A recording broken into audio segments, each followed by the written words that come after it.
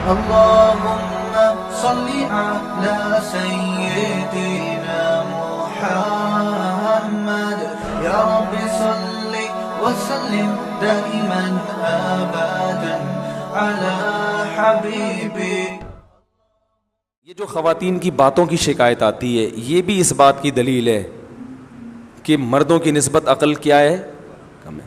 اس لیے کہ جو زیادہ باتیں کرتے ہیں نا، ہر وقت باتیں، یہ بھی عقل کی کمی کی دلیل ہوتی ہے. بچے زیادہ باتیں کرتے ہیں، آپ کو پتہ ہے، ہر وقت بولتے رہتے ہیں، بے وقت بولتے ہیں، ہوتا ہے نا.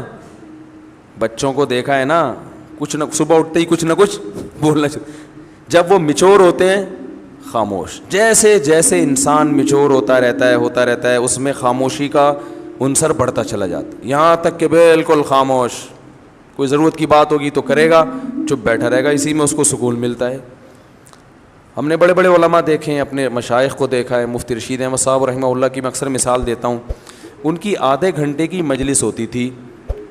جب وہ مجلس میں آ کے بیٹھتے تو بسا اوقات پوری مجلس میں خاموش رہتے.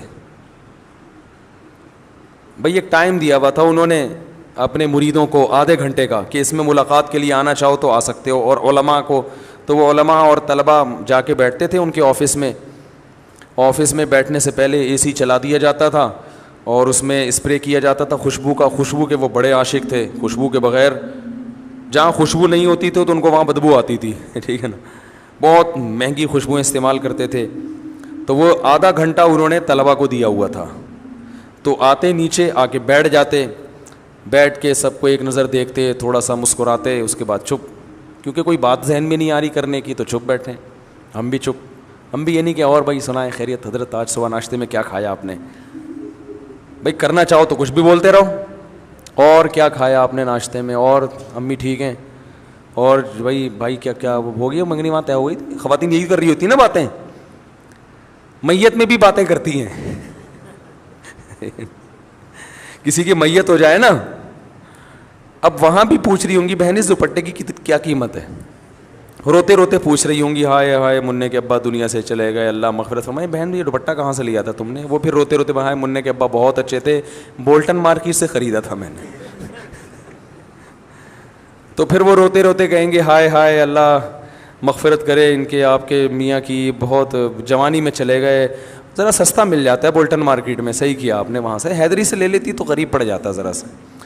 تو ان کی باتیں رکتی نہیں. ہمارے حضرت آگے بیٹھتے تھے چپ، ہم بھی چپ اور حضرت بھی چپ. اس لیے کہ کوئی اہم بات آ ہی نہیں رہی. جب تک کوئی اہم نہیں ہے تو پوچھنی نہیں ہے. اب یہ کیا کہ آپ نے ناشتے میں کیا کھایا، فلانا کیا کھایا. یا تو دیکھو کوئی بیٹھا ہی گپ شپ کے لیے ہو. دوست احباب کی محفل بعض دفعہ ہوتی ہی گپ شپ کے لیے، وہ تو محفل سجائی ہی گپ شپ کے لیے گئے ہیں نا، اس میں تو ٹھیک ہے. نارملی انسان جتنا خاموش ہوگا اکثر یہ اس کے ذہین ہونے کی علامت ہے کہ یہ میچور ہے، سمجھدار ہے. بلا وجہ بولتے رہنا یہ اس کی علامت ہے کہ آپ کی عقل کامل نہیں ہے. سمجھ رہے ہیں کہ نہیں سمجھ رہے ہیں؟ تو ہاں بعض دفعہ انسان کو محبت کے اظہار کے لیے بولنا پڑتا ہے. جیسے بعض خاموش مزاج لوگ جب گھر میں جاتے ہیں تو اتنے میچور ہو چکے ہوتے ہیں، بیوی سے بھی بات نہیں کر رہے ہوتے. وہ اب وہ آفس سے آئے، کیونکہ گریڈ بہت 20ویں گریڈ کے آفیسر ہیں، تو وہ آفس میں جیسا ان کا روب ہوتا ہے چپ بیٹھے رہتے ہیں، تو گھر آ کے بھی چپ. ہمارے ایک جاننے والے تھے وہ ایسے ہی کرتے تھے. ان کے بچے بھی ان سے بیزار آ گئے تھے اپنے ابا سے، بیگم بھی بیزار آ گئیں. وہ آفس سے گھر آتے، آٹومیٹک ان کا ایک سسٹم تھا نا روبوٹ کی طرح. اس وقت صاحب آفس سے گھر آئیں گے تو جیسے ہی گھر آئیں گے دروازہ پہلے سے کھلا ہوا ہونا چاہیے. وہ جائیں گے اپنے خاص روم میں بیٹھیں گے، ان کی بیگم ان کے لیے روبوٹ کی طرح چائے پیش کر دیں گی. وہ چائے پئیں گے، بات کچھ نہیں، سلام دعا بھی نہیں کرتے تھے. وہ بیگم صاحبہ چائے پیش کریں گی، چائے پئیں گے، آرام کریں گے تھوڑی دیر. اس کے بعد اپنا جو بھی ورک ہے، کوئی فون پہ بات چیت کی، اور پھر ٹائم پہ اپنا سو گئے، صبح اٹھے چلے گئے. اچھا بچوں کے ساتھ آتے ہی بچوں کو تھوڑی سی جیب خرچی دے دی، چپ، باتیں نہیں، چپ، جیب خرچی پکڑائی، نکل لیے. تو یہ تکبر ہے. اس خاموشی کو کہیں آپ یہ نہ سمجھے کہ ماشاءاللہ بہت سمجھدار ہیں. مفتی صاحب نے کہا تھا کہ جو ذہین لوگ ہوتے ہیں وہ باتیں نہیں کرتے، چپ رہتے ہیں. تو بھائی جہاں بولنے کا موقع ہو وہاں بولنا چاہیے. اللہ میرے والد صاحب کی مغفرت کرے, ہمیں والد صاحب کے انتقال پہ اتنا افسوس ہوا, گھر کی رونق ختم ہو گئی. کیونکہ جب وہ آتے تھے بات چیت کرتے تھے, لطیفے جو میں اکثر بیان میں سناتا ہوں والد صاحب سے سنے ہوئے ہم نے, تو گھر میں جب آپ جائیں تو بیوی بچوں کے ساتھ گپ شپ لگائیں. یہ گپ شپ محبت کے اظہار کے لیے ہوتی ہے, اس میں کوئی وجہ نہیں ہوتی. ویسے جب بات چیت کریں نا تو آفس میں ریزرو رہا کریں, بلا وجہ بات چیت چپ کر کے بیٹھو بھائی, یہاں کام کی بات ہے تو کرو, نہیں تو پہلی گلی سے نکلو. اب جیسے مجھ سے بھی کوئی ملنے کے لیے آئے, کوئی کام کی بات ہے, تو مجھے بھی میں کہتا ہوں بھائی اس کام کی بات کو فوکس کرو, ایران توران نہ جاؤ. فون میں نے ریسیو کر لیا کسی کا, وہ ایران توران شروع کر دیتے ہیں. بھائی جو آپ کا مسئلہ ہے اسے آپ پوچھیں, اگر پھر بھی وہ ادھر ادھر طول دیتا ہے تو میں لائن کاٹ دیتا ہوں کہ ہم اب گپ شپ کے لیے آپ سے ہم نے بات نہیں کی ہے. گپ شپ کیا ہے تو پھر دوستی ہے, تو پھر چلو وہ ہائی وے پہ چلتے ہیں, وہاں بیٹھ کے وہ بنوائیں گے انشاءاللہ, اور پھر گپیں بھی لگائیں گے. سمجھ رہے ہیں نا؟ تو اس میں بعض لوگوں کی عادت ہوتی ہے وہ فری ہو جاتے ہیں. اور میں نے یہ چیز بھی نوٹ کی ہے, بہت معذرت کہ خواتین کے جب فون آتے ہیں تو وہ بات کو طول دیتی ہیں, ٹو دا پوائنٹ بات نہیں کرتی, بہت لمبی. مرد کا جب فون آتا ہے تو وہ مختصر بات کرتے ہیں. وجہ اس کی یہی ہے کہ خواتین کو بات سمیٹنا نہیں آتی ہے, سوائے ان خواتین کے جو میرا بیان سن رہی ہیں, کیونکہ پھر نیگیٹو کمنٹس بہت آتے ہیں, تو ان خواتین کے علاوہ کی بات کر رہا ہوں, طول دیتی ہیں. قرآن میں آتا ہے نا وَمَن يُنَشَّأُ فِي الْحِلْيَةِ وَهُوَ فِي الْخِصَامِ غَيْرُ مُبِينٍ. عورت کے بارے میں اللہ نے فرمایا وہ خصام میں غیر مبین ہوتی, اپنی بات کو مدلل انداز میں نہیں پیش کرتی, جذبات سے زیادہ متاثر کرتی ہیں,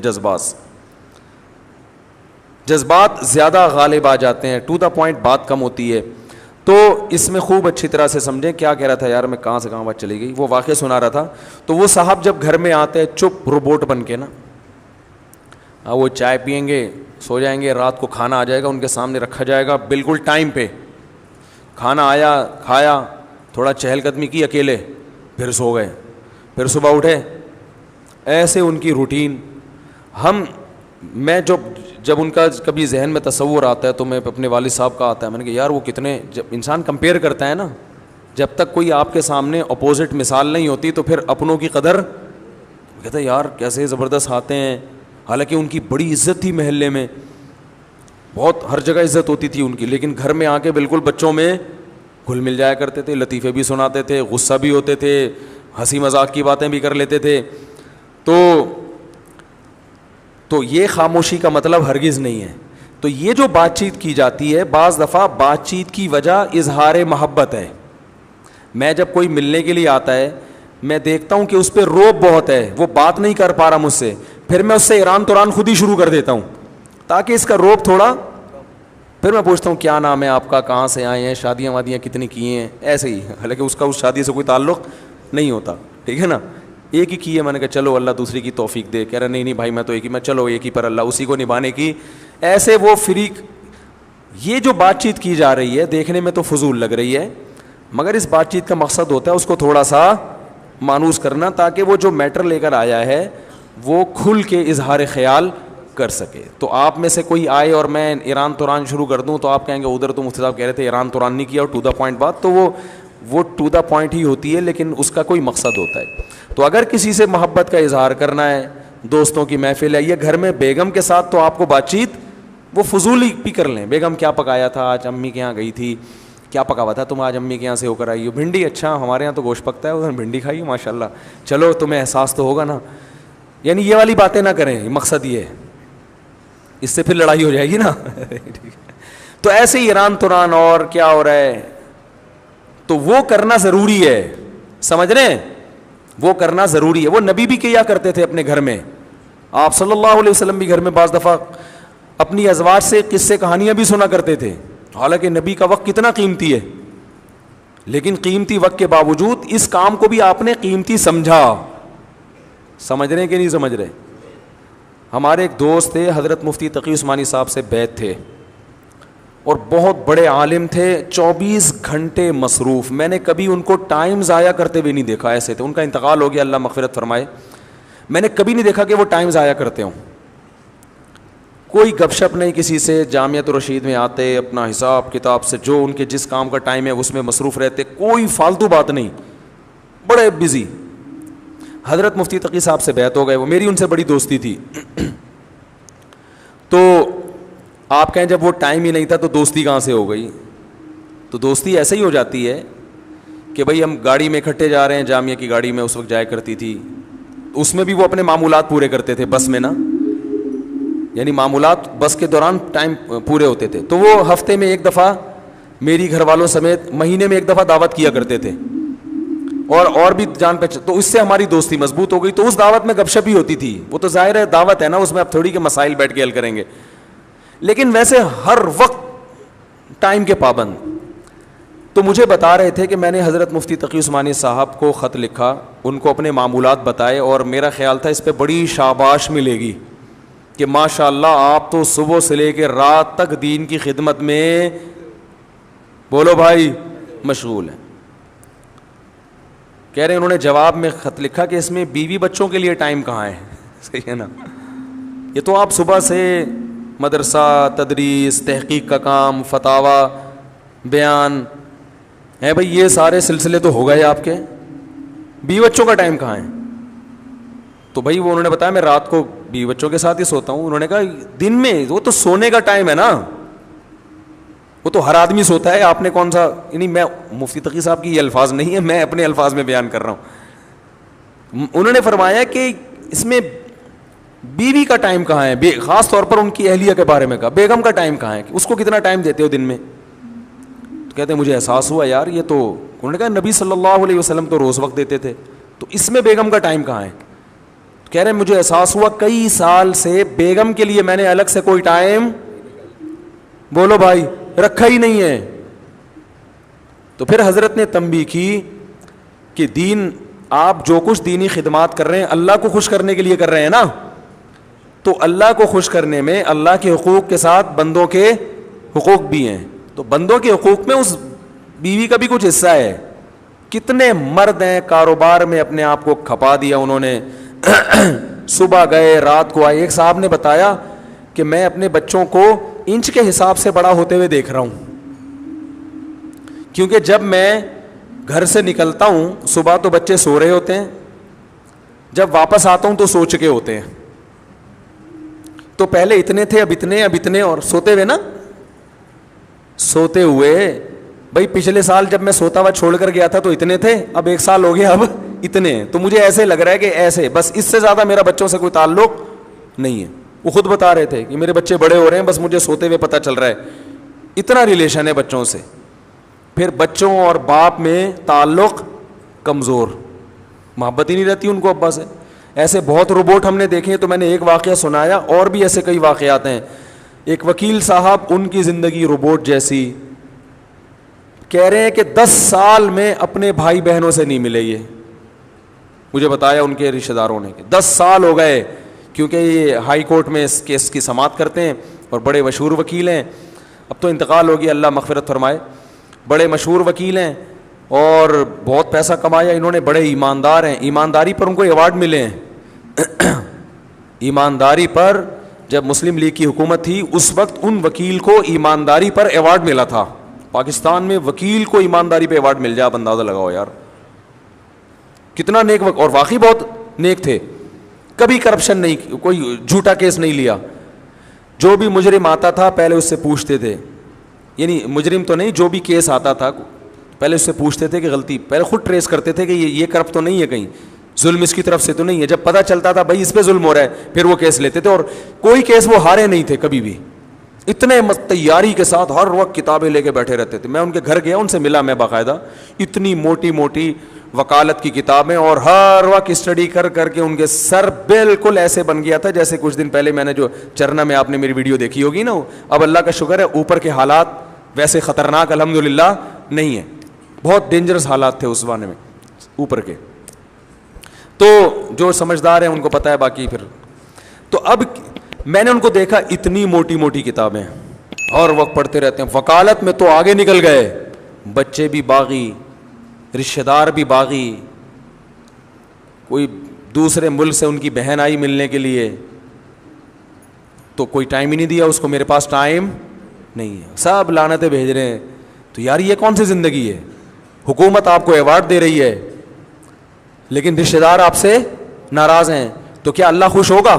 وَأُولُو الْأَرْحَامِ بَعْضُهُمْ أَوْلَى بِبَعْضٍ فِي كِتَابِ اللَّهِ, اللہ کی کتاب میں سب سے پہلے رشتہ دار ہیں. سب سے پہلے آپ کیس کی سماعت کریں, آپ کیس اتنے لیں جتنے اپنے گھر والوں کو اور رشتہ داروں کو ٹائم دے کے جو وقت بچے اس میں آپ لگائیں. آپ سارا ٹائم اسی میں برباد کر دیا, تو یہ بڑا ظلم ہے. تو خاموش رہنے کا مطلب یہ نہیں ہے کہ گھر میں جا کے بھی ناک پہ مکھی بٹھا کر خاموش ہو جائیں. وہاں جائیں, رشتہ داروں میں جب جاتے ہیں تو ٹھیک ہے, گپ شپ ہوتی ہے, بات چیت ہوتی ہے, وہ تو ایران توران چلتا ہے. دیکھو میں اکثر واقعہ سناتا ہوں, اللہ تعالیٰ نے حضرت موسیٰ علیہ السلام کو جب نبوت دی ہے تو موسیٰ علیہ السلام نے کوہ طور پہ جا کے دیکھا, کوہ طور پہ دیکھا آگ جل رہی ہے. حضرت موسیٰ کو نہیں پتا تھا کہ یہاں اللہ مجھ سے ہم کلام ہوگا.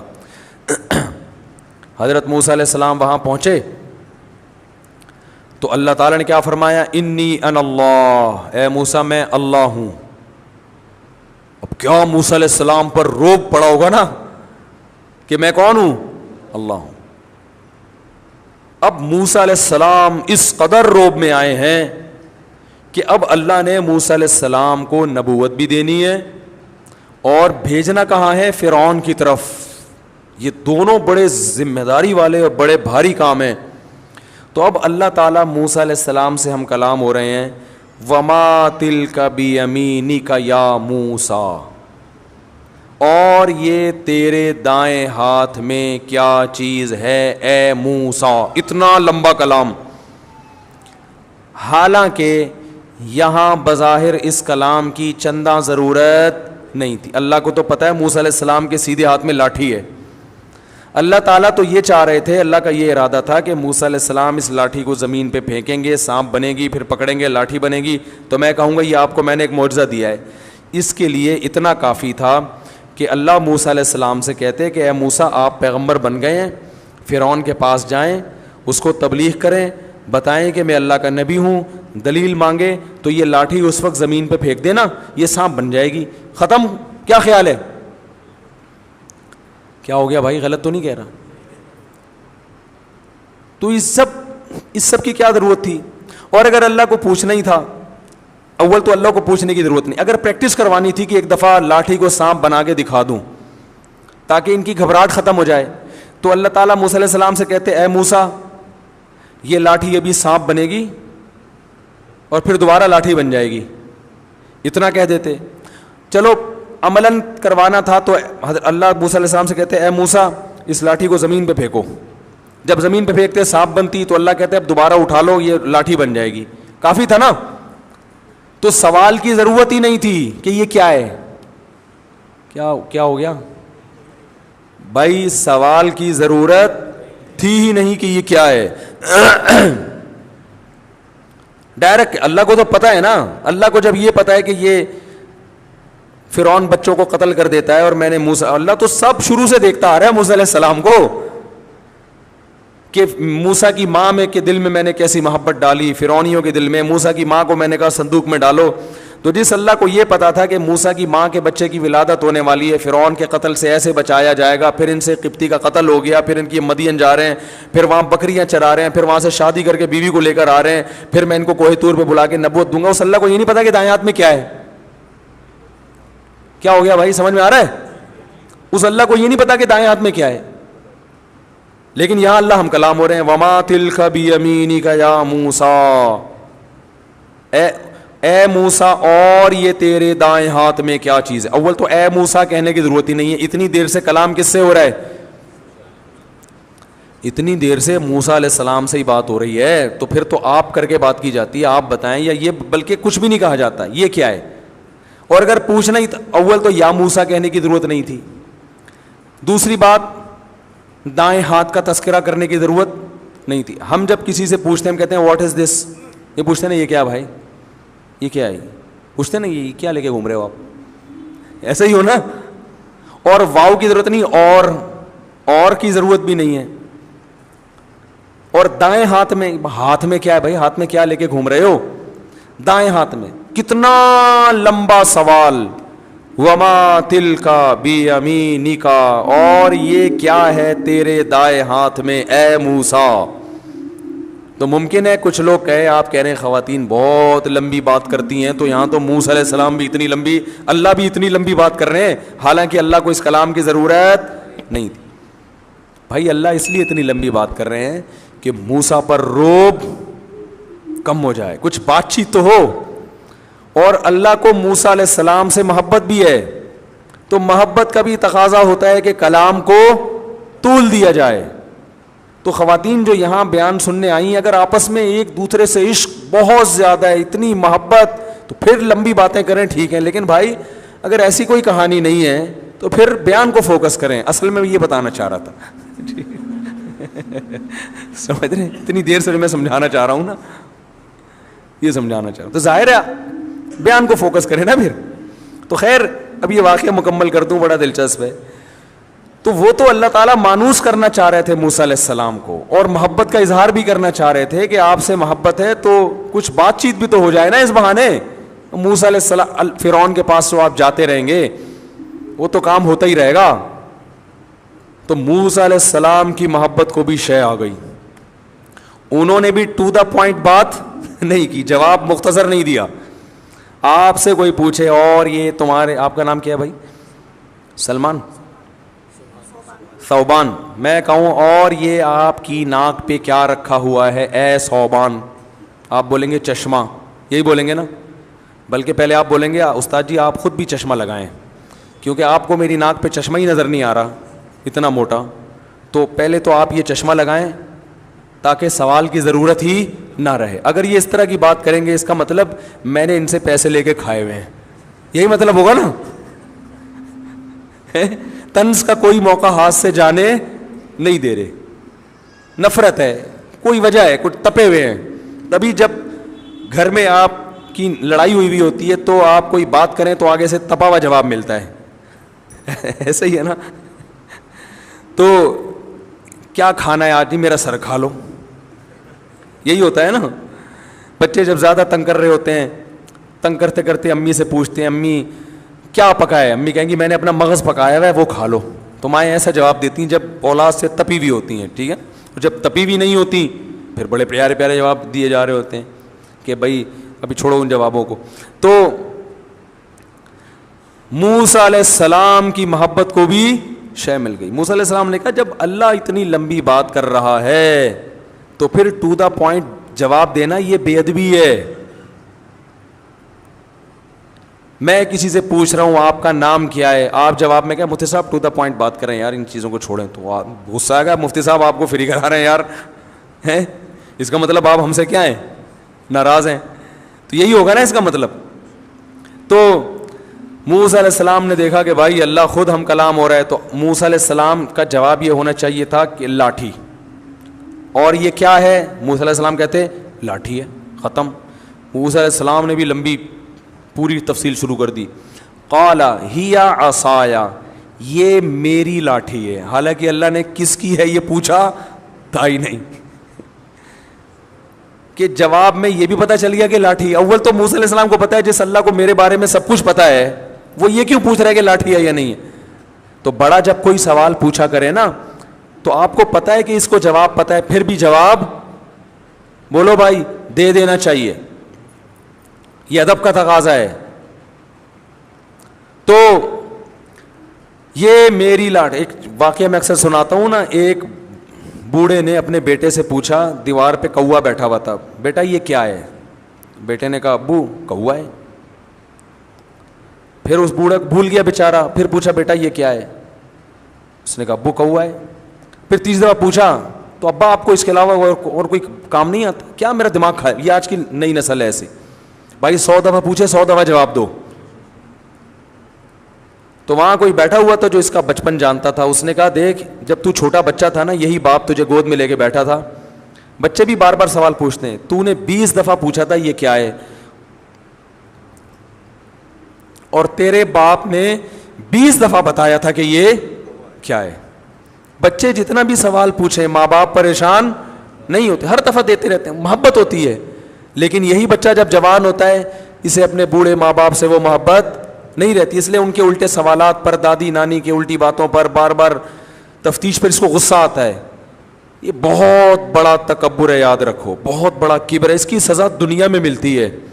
بوڑھا باپ, بوڑھی ماں, بوڑھی دادی, بوڑھی نانی, بوڑھے نانا, بوڑھے دادا, ان کے ساتھ یہ کچھ بھی کر لیں, آپ کو ان سے کے سامنے چڑچڑا پن, غصہ اور نفرت, اور یہ کہ جیسے وہ ہوتا ہے نا الجھن کا شکار ہونا, کیا ہے یہ, اس طرح کے اسرائیل کرنے کی آپ کو اجازت نہیں ہے. نرم, بہت نرم پڑ جاؤ, بہت نرم, غصہ نکال کے رکھا کرو ان کے سامنے, اور یہ سوچ کے آیا کرو یہ صحیح کریں تو بھی ٹھیک ہے, غلط کریں تو بھی ٹھیک ہے, بس ان کا غلط بھی صحیح ہے. یہ شریعت کی تعلیمات ہیں. ہاں ان کے کہنے سے کسی پہ ظلم نہ کرو, وہ ایک الگ بات ہے. تو موسیٰ علیہ السلام نے جواب میں کیا کہا؟ ہیا عصایا, یہ میری لاٹھی ہے, اتوکئ علیہا. ایک تو اللہ نے یہ نہیں پوچھا تھا کس کی ہے, دوسرا اللہ نے یہ تھوڑی پوچھا تھا اسے کرتے کیا ہو. تو حضرت موسیٰ نے کہا میری لاٹھی ہے, اتوکئ علیہ, اس پہ ٹیک بھی لگاتا ہوں میں, واہش بہا علی غنمی, اور اس کے ذریعے درختوں کے پتے جھاڑ کر اپنی بکریوں کو کھلاتا ہوں. موسیٰ علیہ السلام کو خیال ہوا بہت ہی لمبی بات ہو گئی ہے, ٹھیک ہے نا, تھوڑا رعایت بھی کرو. تو اس لیے فرمایا ولی فیہا معارب اخری, اے اللہ میرے اس سے اور بھی بہت سارے کام ہیں, اجازت دے تو پوری گردان پیش کر دوں تیرے سامنے. یہ ادب سکھایا جا رہا ہے ہمیں, ادب, کہ بڑا جب کوئی بات کرتا ہے تو اس کے لیے لاجک کا سمجھ میں آنا ضروری نہیں. ان کا تقاضا ہے کہ ان کو جواب دو, آپ پوچھ رہے تو جواب دو. تو اپنے جیسوں سے آپ اس طرح کی بات کر سکتے, یار تو میرے سے میرا سوال کیوں پوچھ رہے ہیں بھائی, تو کیوں پوچھ رہا ہے, تو میرا نام کیا کرنا ہے, تو نے شناختی کارڈ میں کوئی یا کوئی ایف آئی آر کٹوانی تو نے میرے بارے میں, ٹھیک ہے نا. تو ولی فیہا معارب اخری, اور اللہ میرے بہت سارے اور بھی کام ہیں. اللہ کو پتا تھا, اللہ نے کہا کہ میں مقصد یہ تھوڑی ہے کہ کیا کیا کرتا ہے, اصل میں تو جو میں چاہ رہا تھا آگے, اللہ نے کہا القیہا یا موسیٰ, اے موسیٰ اسے زمین پہ ڈال دے. یہ تمہید کے بعد, تاکہ روب ختم ہو اور محبت کی چنگاری بھڑک جائے. تو گھر میں جب جایا کریں چنگیز خان بن کے, بولو بھائی, نہ جایا کریں دوستوں میں ہا ہا ہو ہی چل رہا ہے, گھر میں آتے ہی ایسے لوگوں کو میں کہتا ہوں 2 سینگ لگا کے جایا کرو اپنے. حضرت اقدس حضرت مفتی تقی عثمانی صاحب نے ایک واقعہ بیان کیا کہ ایک طالب علم نے ہمارے والد صاحب کو خط لکھا کہ میں جب گھر میں آتا ہوں میرا اتنا روب ہے کہ گھر والے تھر تھر کانپنے لگتے ہیں. آ گیا ہے وہ, اس کو یہ شوق رہا تھا ماشاء اللہ باروب شخصیتوں میں. تو ان کو خیر حضرت مفتی شفیع صاحب نے ڈانٹ لگائی کہ یہ تو نبی صلی اللہ علیہ وسلم تو گھر میں مسکراتے چہرے کے ساتھ آتے تھے, آپ کی تو سنت ہے گھر میں جب آتے کیسے, بولو نا, مسکراتے چہرے کے ساتھ. تو گھر میں جب جائیں بچوں کو پیار کریں, تھوڑا کلابازیاں کھائیں بچوں کے ساتھ, کچھ گپ شپ لگا لیا کریں بیگم کے ساتھ بھی, کبھی اس کو لے گئے تھوڑا سا گاڑی میں یا بائک پہ یا رکشے میں یا پیدل, جو بھی اللہ نے جتنی جس کو صلاحیت دی ہے, وسائل دی ہیں, پردے کی پابندی کے ساتھ. تو ٹائم دینا یہ شریعت کا حکم ہے. اور پھر وہاں بات چیت کرنا وہ اس بات چیت میں داخل نہیں ہے جو انسان کے کم عقل ہونے کی دلیل ہے. کم عقل ہونا وہ ہے جس کی کوئی وجہ نہ ہو, وہی کیا کھایا تھا ناشتے میں, کیا کیا تھا, اور یہ کیا, بس میں بٹھا دو نا تو شروع ہو جاتے ہیں بلا وجہ. جہاز میں بعض دفعہ دیکھا ہے باتیں ہی نہیں ختم ہو رہی ہیں, بھائی چپ کر کے سفر کرو. پارک میں دیکھا ہے میں نے, صبح پارکوں میں جاگنگ کبھی کبھار میں جاتا ہوں تو لوگ باتیں کرتے ہوئے واکنگ کر رہے ہوتے ہیں.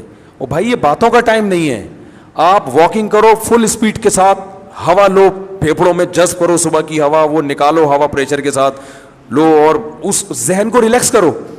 اس میں بھی چپڑ جا رہے ہیں باتیں, یہ اس واکنگ کا فائدہ نہیں ہے, اس میں تو آپ تھکا رہے ہو ذہن کو.